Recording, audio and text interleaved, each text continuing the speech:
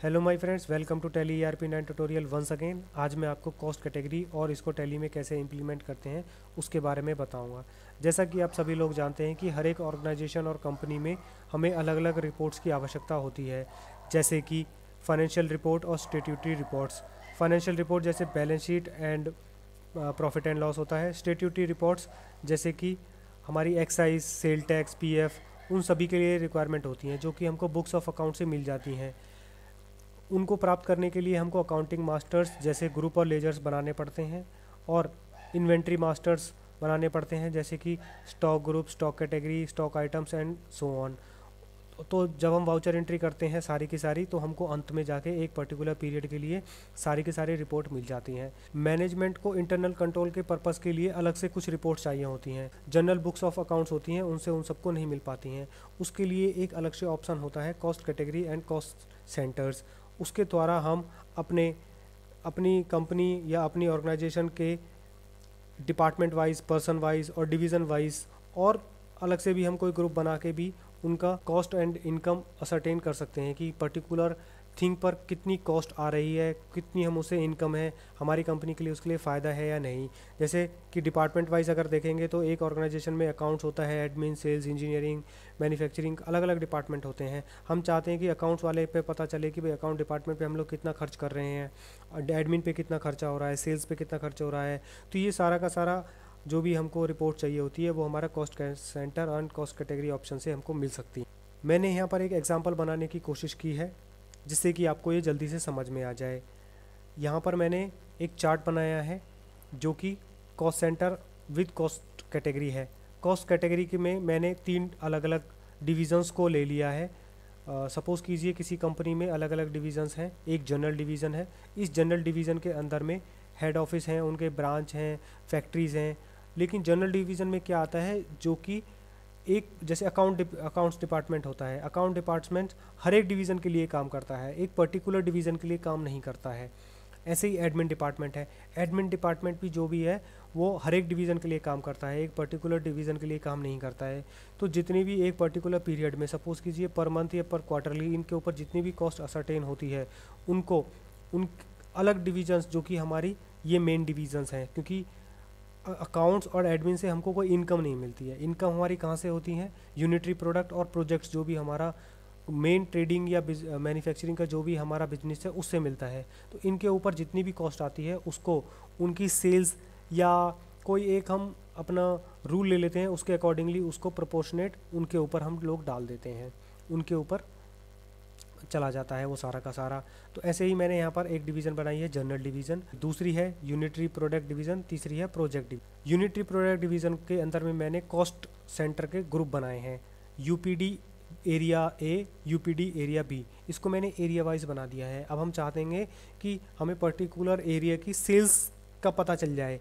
अब उस सेल्स के अंदर, उस एरिया के अंदर में कुछ एम्प्लॉयज़ काम करेंगे, सेल्स एम्प्लॉय, उनको कॉस्ट सेंटर बना दिया है, जिसके ऊपर अब जैसे ये भी कोई भी एम्प्लॉय 1 है, यूपीए का कोई ऑर्डर लेके आएगा, हम इसको अपने वाउचर में एंटर करेंगे तो उसको हमको पता चल जाएगा कि भाई इससे ये हमको इतना का बिजनेस लेके आ रहा है, उसकी सैलरीज इसके अकाउंट में डेबिट होंगी, और भी जो भी इसको कोई भी इंसेंटिव या कुछ भी इसके ऊपर जो खर्चा होता है वो इसके ऊपर डाला जाएगा। तो हमको पता चल जाएगा कि ये एम्प्लॉय इतना बिजनेस ला रहा है और हमको रिपोर्ट्स मिलती चली जाएंगी। तीसरा एक बनाया है कॉस्ट कैटेगरी प्रोजेक्ट डिवीज़न। इस प्रोजेक्ट डिवीज़न में कंपनी अलग अलग प्रोजेक्ट लेती है, जैसे कि बड़ी बड़ी बिल्डिंग्स है, वहाँ पर एचवीएसी का काम होता है, एयर कंडीशनिंग का। तो एक बिल्डिंग हमको कॉन्ट्रैक्ट मिलता है, उसको प्रोजेक्ट 1 मान लिया गया है। अब हमारा कंपनी को चाहिए कि भाई इसके प्रोजेक्ट के ऊपर कितना कॉस्ट आ रहा है ये हम बताएं। तो अब ऐसे अगर बिजनेस बहुत बड़ा होगा तो हमको जो जनरल बुक्स ऑफ अकाउंट्स हैं उससे इतनी रिपोर्ट्स हमको नहीं मिल पाती हैं। लेकिन अगर हम कॉस्ट सेंटर और कॉस्ट कैटेगरी का अगर हम यूज़ करते हैं तो हमको रिपोर्ट बहुत अच्छे से मिलेगी और हमारा पूरा कंट्रोल होगा। नेक्स्ट हमारा स्टेप है कि इसको टैली में कैसे इम्प्लीमेंट किया जाए। उसके लिए मैंने यहाँ पर 4 स्टेप्स बनाए हैं। तो फर्स्ट स्टेप में आएगा enable cost centre and cost category. सबसे पहले हमको cost centre and cost category को टैली के अंदर में अनेबल करना पड़ता है। टैली ओपन करें, गेटवे ऑफ टैली से F11 प्रेस करें, अकाउंटिंग फीचर्स पे जाएं, और जो थर्ड ग्रुप है कॉस्ट प्रॉफिट सेंटर्स मैनेजमेंट, यहाँ पर आप देखेंगे इसमें जो दूसरा ओपन है इसको येस करें, और ये चौथा जो ऑप्शन है इसको भी आप येस करेंगे। कंट्रोल ए प्रेस करके इसको सेव कर लेंगे। अब ये हमारा ऑप्शन अनेबल हो गया है। अब हम अपना नेक्स्ट स्टेप देखते हैं। नेक्स्ट स्टेप है हमारा create masters for cost centre and cost category. अब हमको इनके मास्टर्स क्रिएट करने पड़ेंगे। तो मास्टर हम हमारा जो हमने चार्ट बनाया है उसके अकॉर्डिंगली करेंगे। तो सबसे पहले हमको कॉस्ट कैटेगरी क्रिएट करनी पड़ती हैं। तो आइए मैं बताता हूँ कॉस्ट कैटेगरी कैसे क्रिएट करते हैं। गेटवे ऑफ टैली से अकाउंट इन्फो में जाएं, कॉस्ट कैटेगरी पे जाएं और इंटर करें और क्रिएट पे जाके फिर से इंटर करें तो हमको कॉस्ट कैटेगरी क्रिएशन विंडो दिखाई देगी। तो सबसे पहले हमारी जो कॉस्ट कैटेगरी है वो है जनरल। यहाँ पर हमारे पास दो ऑप्शन है, allocate revenue items. Revenue items जो भी P&L आइटम्स होते हैं, एक्सपेंस, सेल, परचेज और इनकम्स, इसमें एलोकेट करना चाहते हैं तो इसको येस करना पड़ेगा, अदरवाइज नो। तो ऑब्वियसली हम सारे का सारा जो भी एक्सपेंस है अकाउंट्स या एडमिन डिपार्टमेंट पे, वो हम सारा का सारा जो एक्सपेंस उस पर आता है, इनकम तो उसकी कुछ होती नहीं है, बट एक्सपेंस को हम एलोकेट करना चाहते हैं तो इस ऑप्शन को येस करेंगे। दूसरा ऑप्शन है allocate non revenue items. Non revenue items कौन से होते हैं? जो बैलेंस शीट आइटम्स होते हैं, जो भी ये बैलेंस शीट आइटम्स होते हैं, जो भी बैलेंस शीट के अंदर में जाते हैं, उनको अगर हम यहाँ पर एलोकेट करना चाहते हैं तो उसके लिए है। ऑब्वियसली हम सिर्फ P&L आइटम्स को ही एलोकेट करना चाहते हैं, हम अपनी बैलेंस शीट को नहीं एलोकेट करना चाहते, तो इसको हम हमेशा नो रखेंगे। दूसरा है हमारा यूनिटरी प्रोडक्ट, इसको भी सेम ऑप्शन। तीसरा है प्रोजेक्ट्स।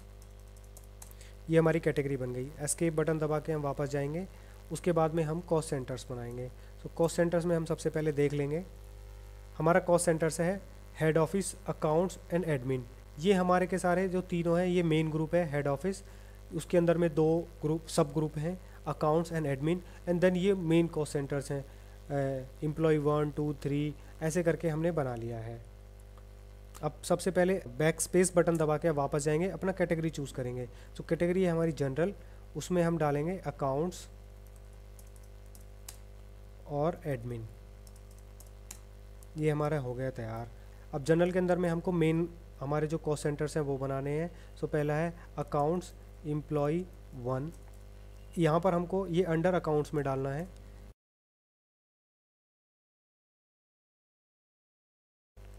एडमिन एम्प्लॉय 1, ये एडमिन के अंदर में डालना है। तो ये हमारे जनरल जो कैटेगरी है उसके मास्टर्स क्रिएट हो गए हैं। सो दूसरा हमारा आता है यूनिटरी प्रोडक्ट, उसको चूज़ करेंगे। यूनिटरी प्रोडक्ट के अंदर में UPD एरिया A और एरिया B, ऐसे ही आप अलग अलग जो भी एरिया वाइज जैसे आपने बनाए हुए हैं, जैसे स्टेट वाइज बनाते हैं या रीजन वाइज बनाते हैं, तो रीजन वाइज बनाते हैं तो पहले रीजन बनाएंगे, नॉर्दर्न, वेस्टर्न, ऐसे ही करके आप अपना स्टेट वाइज बना सकते हैं, ऐसे ब्रांच वाइज भी बना सकते हैं। So it depends on your business totally. अब हम मेन बनाएंगे एम्प्लॉय UPDA। सो जो A है वो एरिया को रिप्रेजेंट करता है। सो यहाँ पर हम एम्प्लॉय या सेल्स पर्सन 1, ये UPD एरिया के अंदर में आएगा, और 2।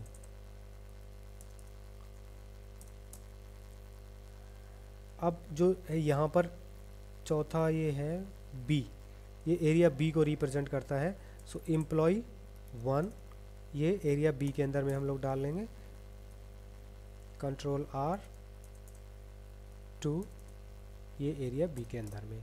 अब हम आते हैं प्रोजेक्ट्स पे, बैक स्पेस बटन, प्रोजेक्ट। यहाँ पर हमने एक पर्टिकुलर ग्रुप नहीं बनाया है, यहाँ पर हमने प्रोजेक्ट वाइज लिए हैं, प्रोजेक्ट 1 2 3। ये हमारे कॉस्ट कैटेगरी कॉस्ट सेंटर्स के मास्टर क्रिएट हो गए हैं। इनको एक बार चेक कर लेते हैं। डिस्प्ले में जाएंगे, लिस्ट ऑफ अकाउंट्स में जाएंगे और ऊपर जो ऑप्शन आ रहा है कॉस्ट सेंटर, इस पर क्लिक करेंगे। आप यहाँ से देख सकते हैं सारे के सारे कैसे बने हैं। मेन जनरल कैटेगरी है, उसके अंदर में एक ग्रुप बनाया है अकाउंट्स और एडमिन, उसके अंदर में जो भी उसके एम्प्लॉयज़ हैं वो सारे के सारे आ गए हैं।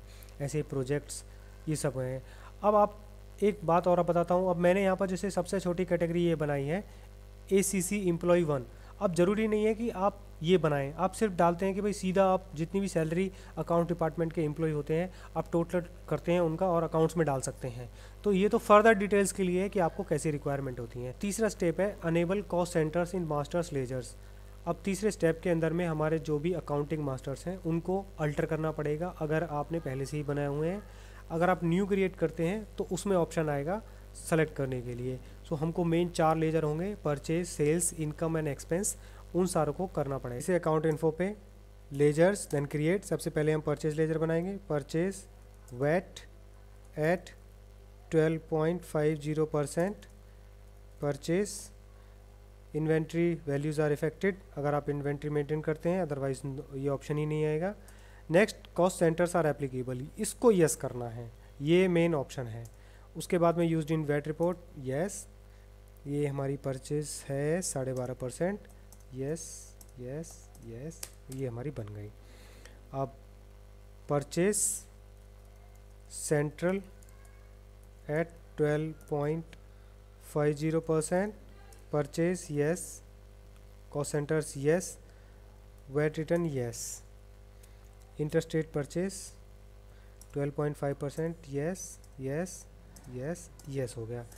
अब मैं आपको इम्पॉर्टेंट बात बताता हूँ। सेंट्रल परचेज होती है तो उसके ऊपर CST जो पे किया जाता है वो कंपनी के लिए लायबिलिटी नहीं होती है, वो कंपनी के लिए कॉस्ट होती है जो कि परचेज में इंक्लूड होती है। तो आप यहाँ पर ध्यान रखेंगे कि इसको कॉस्ट सेंटर एप्लीकेबल यस करना है, लेकिन जो हम लोकल परचेज करते हैं उसके ऊपर हम वैट पे करते हैं और वो वैट इनपुट होती है हमारी, तो वो हमारे लिए क्या है, फ़ायदा हो जाता है। जब हम सेल करते हैं लोकल में तो उसमें से माइनस करके देते हैं तो वो हमारी लायबिलिटी हो जाती है, तो वो बैलेंस शीट आइटम्स हैं। तो इस बात का बहुत ख्याल रखेंगे, उस पर कॉस्ट सेंटर एप्लीकेबल नहीं करना है, इस बात का आप अच्छे से ख्याल रखेंगे। तो CST on purchase at 12.50%, duties and taxes CST 12.5%, cost centers are applicable, yes, and then okay, and VAT input का मैं आपको एक बता देता हूँ। VAT input at 12.50%, duties and taxes VAT input VAT 12.5%, cost centers are applicable, no। ये आपको ख्याल रखना है कि ये यहाँ पर आपको जो भी इनपुट है वहाँ पर नो करना है और ये एक्सेप्ट हो जाएगा। अब ये परचेज लेजर बन गए हैं, ऐसे ही आप सेल्स लेजर बना लेंगे। सेल्स भी मैं आपको एक बना कर दिखा देता हूँ। सेल्स वैट एट 12.50%, ये आएगी सेल्स, इन्वेंट्री यस यस, और sales 12.5%, yes yes yes yes. अब हमारा जो आउटपुट होती है वो हमारे लिए लायबिलिटी है, तो उसके ऊपर कॉस्ट सेंटर्स एप्लीकेबल नहीं होंगे। ऐसे CST हमारी जो होती है हम पे करते हैं उसके ऊपर भी कॉस्ट सेंटर्स एप्लीकेबल नहीं होंगे। सिर्फ जो हमारी इनकम्स हैं और एक्सपेंस हैं उसके ऊपर आएंगे, सेल और परचेज़ के ऊपर आएंगे, लेकिन जो वो ड्यूटीज़ एंड टैक्सेस है वो हमारे अंडर करंट लाइबिलिटीज़ आती हैं। तो इस बात का बहुत ध्यान रखेंगे, तो ये एक मिस्टेक हो सकती है। अब मैं आपको एक एक्सपेंस का बना के दिखा देता हूँ, बाकी सारे सेम है, आप बना सकते हैं। तो एक्सपेंस जैसे कि हम सैलरीज पे करते हैं, सैलरीज इनडायरेक्ट एक्सपेंस, इसको यस कर देंगे और इंटरेस्ट रिसीव्ड इनकम का हो जाएगा, इनडायरेक्ट इनकम्स।